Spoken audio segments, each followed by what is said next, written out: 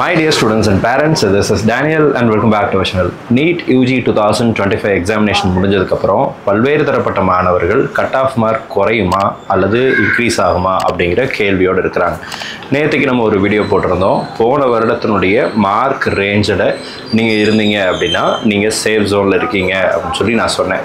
இது இப்போ வரைக்கும் பொருந்தும். போன வருஷம் மார்க்கை விட நீங்கள் அதிகமான மார்க் வந்துருந்துச்சு அப்படின்னா you are in a very safe zone. ஆனால் கட் ஆஃப் மார்க் குறைவதற்கான காரணங்கள் இருக்கா அல்லது குறைவதற்கான சாத்தியக்கூறுகள் இருக்கா அப்படின்னு கேட்டிங்க அப்படின்னா பல்வேறு காரணங்கள் இருக்குது. கட் ஆஃப் மார்க் இந்த ஆண்டு கொஞ்சம் குறைவதற்கான வாய்ப்புகள் அப்படிங்கிறது இருக்குது. எதெல்லாம் பேஸ் பண்ணி கட் ஆஃப் குறையும் அப்படிங்கிறதையும் எதை பேஸ் பண்ணி கட் ஆஃப் இன்க்ரீஸ் ஆகிறதுக்கு வாய்ப்பு இருக்குது அப்படிங்கிறதையும் இந்த வீடியோவில் நான் எக்ஸ்பிளைன் பண்ணுறேன். இது ஏன் நான் இந்த இடத்துல சொல்கிறேன் அப்படின்னா நிறைய பெற்றோர்கள் நமக்கு கால் பண்ணுறாங்க, நிறைய ஸ்டூடெண்ட்ஸ் நமக்கு கால் பண்ணுறாங்க. 1 வருஷம் ரிப்பீட் பண்ணவங்க, 2 வருஷம், 3 வருஷம், 4 வருஷம் ரிப்பீட் பண்ண பசங்கள்லாம் கூட நம்மக்கிட்ட ஃபோன் பண்ணி, சார் என்னால் இந்த ஆண்டு எக்ஸாமினேஷனை சரியாக எழுத முடியல, நான் எதிர்பார்த்த அளவுக்கு மார்க் எனக்கு இந்த ஆண்டு வராமல் போயிடும் போல இருக்குது, அப்போ என்னுடைய மதிப்பெண்கள் என்ன ஆகும், எனக்கு இந்த ஆண்டு இடம் கிடைப்பதற்கான வாய்ப்புகள் இருக்கா இல்லையா அப்படிங்கிற கேள்வி ஏகப்பட்ட மாணவர்களுக்கு பெற்றோர்கள் இருக்குது. அவங்களுடைய வேதனையும் வலியையும் நம்மளால் புரிந்து கொள்ள முடியுது. ஸோ உங்களுக்கு ஒரு கம்ஃபர்ட் இதை கொடுக்கணும் அப்படிங்கிறதுக்காக தான் இந்த வீடியோவை இந்த இடத்துல பதிவு செய்கிறோம். ஸோ வீடியோ ஸ்கிப் பண்ணாமல் ஃபுல்லாக பாருங்கள். முதல்ல கட் ஆஃப் மார்க் குறைவதற்கான காரணங்கள் அப்படிங்கிறத பார்த்தலாம். ஃபர்ஸ்ட் ரீசன், கொஷின் பேப்பர் உண்மையாகவே டஃப் தான். சரிங்களா?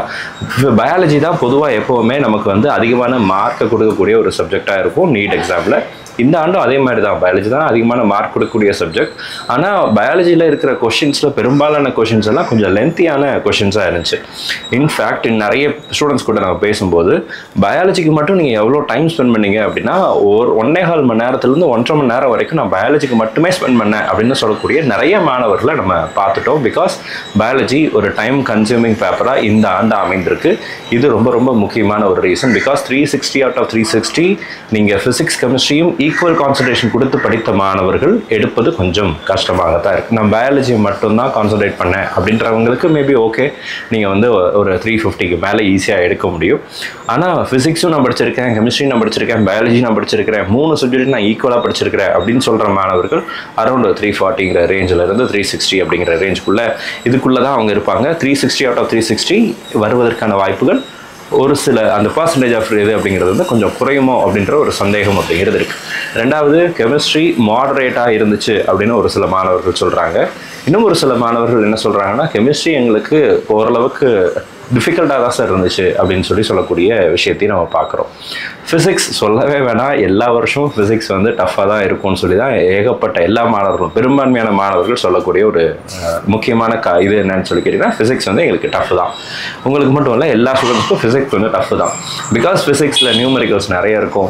ஒரு கான்செப்ட் மட்டும் இல்லாமல் 2-3 கான்செப்டை இன்டகிரேட் பண்ணி நீங்கள் அப்ளை பண்ணி நீங்கள் வேல்யூவை கால்குலேட் பண்ணுற மாதிரியான கொஷின்ஸ் அப்படிங்கிறது இந்த ஆண்டு நிறைய இருக்குது. அண்ட் சில கிராஃப் ஓரியன்ட் கொஷின்ஸ் எல்லாம் பார்த்தீங்கன்னா வெரி ஹை ஸ்டாண்டர்ட் லெவலில் கொஷின்ஸ் அப்படிங்கிறது இருந்துச்சு. இன்னும் ஒரு இது என்னென்னா, போன வருஷம் நீட்டில் 720க்கு 720 67 பசங்க எடுத்தாங்க ஃபஸ்ட்டு டைம் ரிசல்ட் விட்ட போது. அதுக்கப்புறம் 5 மார்க்கு மைனஸ் பண்ணாங்க இல்லையா, அதில் தான் அந்த பர்சன்டேஜ் நம்பர் ஆஃப் டாப்பர்ஸ் அப்படிங்கிறது கம்மியானாங்க.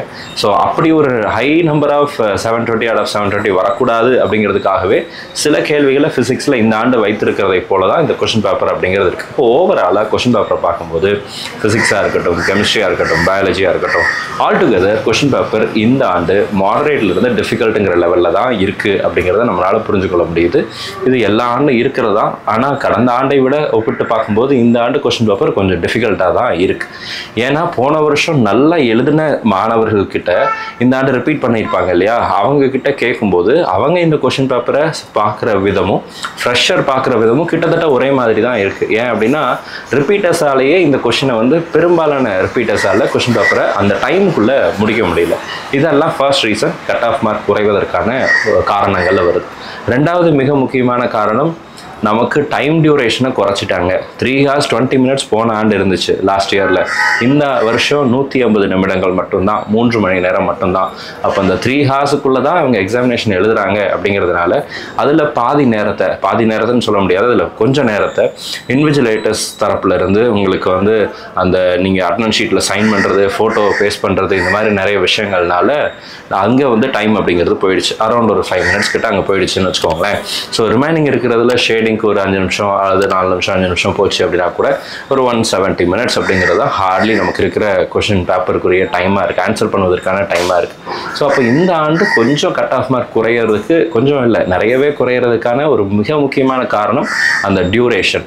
அப்போது 180 minutes அப்படிங்கிறது வந்து 200 minutes வந்து 20 minutes கம்மி பண்ணி 180 minutes மாற்றி இருக்கிறதுனால இந்த மெத்தடுக்கு அடாப்ட் ஆகிறதுக்கு ரிப்பீட்டர்ஸுக்கு கொஞ்சம் கஷ்டமாக தான் இருக்குது. ஃப்ரெஷர்ஸ் ஃபஸ்ட் டைம் எழுதுறாங்கன்றதுனால தட் இஸ் ஓகே ஃபைன், அவங்களால மேனேஜ் பண்ணி இருந்திருக்க முடியும்.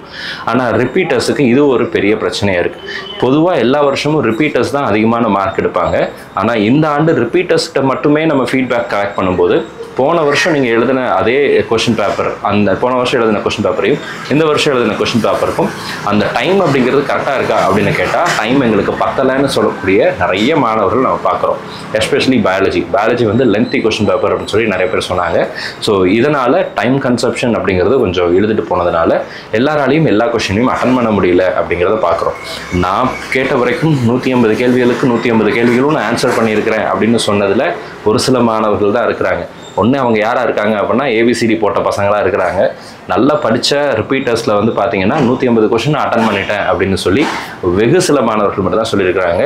எல்லாரும் சொல்லலை. நான் கண்டிப்பாக பயாலஜியில் சில கொஷின்ஸ் மிஸ் பண்ணிட்டேன் சார், ஃபிசிக்ஸில் நான் வேணும்னே சில கொஷின் விட்டுருக்கேன் சார், கெமிஸ்ட்ரியில் சில கொஷின் நான் அவாய்ட் பண்ணியிருக்கேன் அப்படின்னு சொல்லக்கூடிய மாணவர்கள் நம்ம தொடர்ந்து பார்த்துட்டே இருக்கோம். ஸோ இந்த 2 முக்கிய காரணம் கட் ஆஃப் மார்க் இந்த ஆண்டு குறைவதற்கான வாய்ப்புகளை அதிகப்படுத்தி இருக்கு. இது போக கட் ஆஃப் மார்க் ஏறுவதற்கு ஏதாவது காரணம் இருக்கா அப்படின்னு சொல்லி கேட்டிங்க அப்படின்னா yes, there is a reason. அது என்ன ரீசன் சார் அப்படின்னு சொல்லி கேட்டிங்கன்னா, போன வருஷம் க்ளோசிங் மார்க்கை தான் எல்லா பசங்களும் டார்கெட்டாக வச்சுருப்பீங்க. நீங்கள் உட்பட போன வருஷம் கவர்மெண்ட் காலேஜில் எந்த மார்க்குக்கு சீட்டு கிடச்சிச்சு அப்படிங்கிறத நீங்கள் பார்த்துருப்பீங்க. 100 மார்க் குறைஞ்சிரும், 200 மார்க் குறைஞ்சிரும் அப்படின்னு நினச்சிட்டு போன தடவை 650 மார்க்குக்கு சீட்டு கிடச்சிருந்துச்சு அப்படின்னா இந்த வருஷம் நான் வந்து 450 எடுத்தால் அதே கவர்மெண்ட் காலேஜில் எனக்கு சீட்டு கிடச்சிரும்னு நீங்கள் நினைக்கிற மாதிரி தான் அது இருக்கும். அப்படி யாரும் நினச்சி படிச்சிருக்க மாட்டீங்க. உண்மையாக நீங்கள் உங்கள் மனசாட்சி தொட்டு சொல்லுங்கள், நீங்கள் அப்படி நினச்சி கம்மியான மார்க் எடுத்தால் சீட்டு கிடச்சிரும்னு நினச்சி படிச்சிங்களா, இல்லை அந்த மார்க்கை விட அதிகமாக எடுத்தால் தான் எனக்கு சீட்டு கிடைக்கும் அப்படிங்கிற எண்ணத்தோடு படிச்சிங்களா?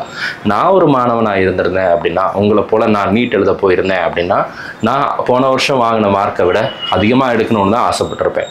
என்னுடைய ஸ்டூடெண்ட்ஸ்க்கு நான் சொன்னதை தான், நம்ம கூட படிக்கிற பசங்களுக்கு நான் சொன்னதை தான், என்கிட்ட பேசின பசங்களுக்கு நான் சொன்னதை தான், போன வருஷம் க்ளோசிங் மார்க்கை விட அதிகமாக எடுங்கப்பா, அப்போ தான் நீங்கள் சேஃபாக இருப்பீங்க அப்படின்னு சொல்லி தான் எல்லாருமே சொன்னோம். இது உங்கள் வீட்டில் இருக்கிற பெற்றோர்கள் உட்பட, உங்கள் கூட பிறந்த சகோதரர்கள் உட்பட எல்லாரும் அதைத்தான் சொல்லியிருப்பாங்க. இது உங்களுக்கு மட்டும் இல்லை, இந்தியா ஃபுல்லாக எல்லா மாணவர்களுக்கும் இதுதான் இதாக இருக்கும். இப்போது எய்ம்ஸ் மெடிக்கல் காலேஜ் எய்ம் பண்ணுற பசங்க போன வருஷம் 720 எடுத்தவங்களுக்கு ஒரு சில எய்ம்ஸில் சீட்டு கிடைக்கல. நியூ டெல்லியில் பார்த்தீங்கன்னா 720 out of 720 எடுத்த ஒரு சில கேட்டகரி, ஜெனரல் கேட்டகரி ஸ்டூடெண்ட்ஸ்க்கெல்லாம் சீட் கிடைக்காம போச்சு. பிகாஸ் நம்பர் ஆஃப் ஸ்டூடெண்ட்ஸ் ஜாஸ்தியாக இருந்தாங்க.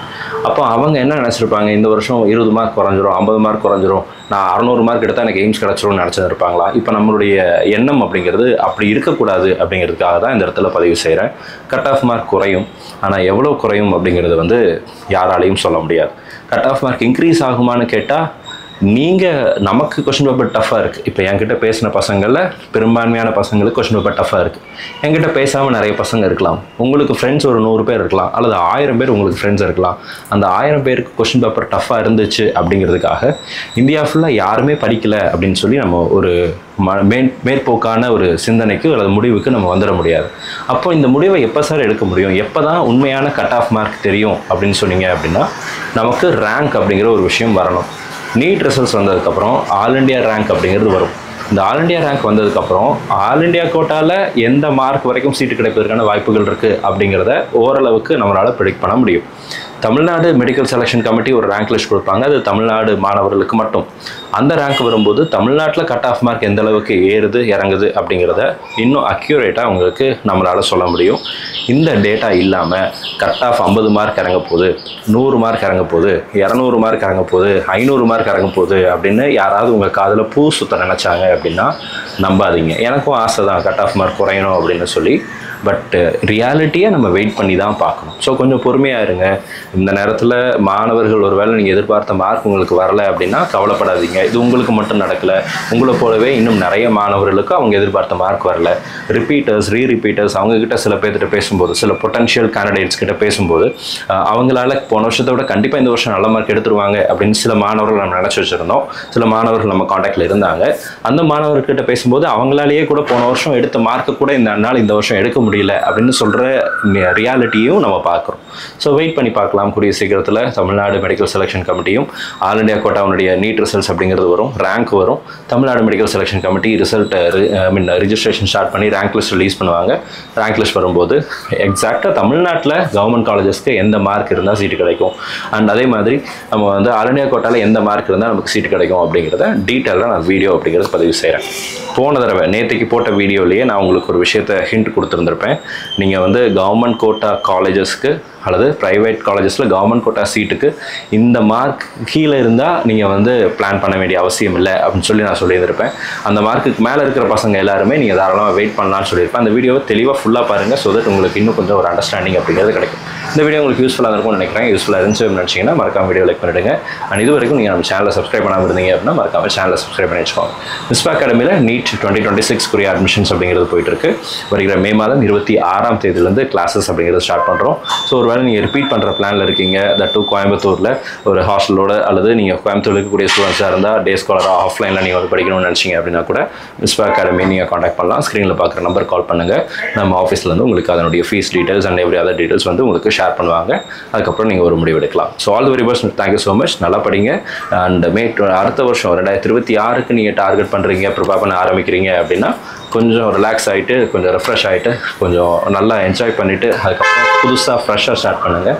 கண்டிப்பாக உங்களால் இந்த வருஷம் நீங்கள் விட்ட மார்க்கை அடுத்த வருஷம் உங்களால் எடுக்க முடியும். All the very best. Thank you so much.